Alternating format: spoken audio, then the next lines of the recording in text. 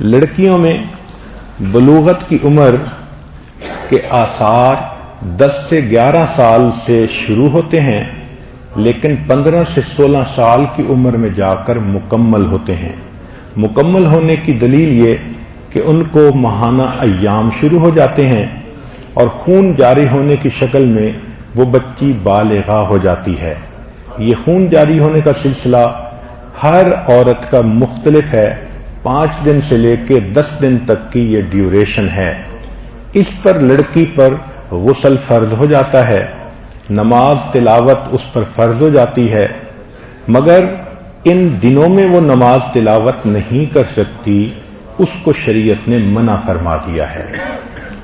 بچی کے لیے یہ جو جوانی کی عمر کے آثار ہیں وہ بھی کچھ اسی طرح کے ہیں۔ سینے پر بریسٹ کا سائز بڑھ جاتا ہے، جسم کے مختلف حصوں پر بال آ جاتے ہیں، جیسے بغل میں آنا یا زیر ناف بال آ جانا۔ پھر بچی کا جسم وہ کرویئر بن جاتا ہے، اس کی ہپس چوڑی ہو جاتی ہیں، جسم میں کرو سا آ جاتا ہے۔ طبیعت کے اندر موڈینس کے آثار ظاہر ہوتے ہیں، پھر پمپل وغیرہ چہرے پہ ظاہر ہوتے ہیں۔ لڑکی کی قوت ارادی متاثر ہوتی ہے، اس کے آبجیکٹو بدل جاتے ہیں جوانی کے آتے ہی۔ چنانچہ ایک بچی 4th گریڈ میں تھی، یعنی 9 سال میں، تو اس سے کلاس میں پوچھا گیا کہ تم کیا بننا چاہتی ہو؟ تو اس نے جواب میں لکھا کہ واننا بیکم اے ڈاکٹر۔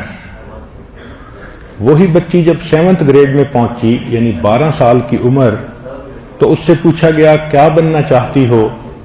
تو اس نے کہا کہ واننا بیکم اے پی ایس، یعنی میں کسی ڈائریکٹر کی پی ایس پرسنل سیکرٹری بننا چاہتی ہوں۔ یعنی وہ جو قوت ارادی تھی ڈاکٹر کی بجائے اب پی ایس پہ لے کر آ گئی۔ پھر اسی بچی سے 10ویں گریڈ میں پوچھا گیا جب عمر 15 سال تھی کہ تم کیا بننا چاہتی ہو؟ اس نے جواب میں لکھا کہ واننا بیکم سائز 2۔ اس کا مطلب یہ کہ جوانی کے ہوتے ہی بچی کی سوچ ہی بدل جاتی ہے۔ اب اس نے زندگی میں اور کچھ نہیں بننا، اس نے محبوبہ بننا ہے۔ یہ فطرت ہے اس کی۔ ایموشنل نشانیاں یہ ہوتی ہیں کہ بچی میں بھی غصہ بڑھ جاتا ہے، مگر بچی میں سیڈنس بھی بڑھ جاتی ہے، بچی کے اندر موڈ سوئنگ کی عادت آ جاتی ہے۔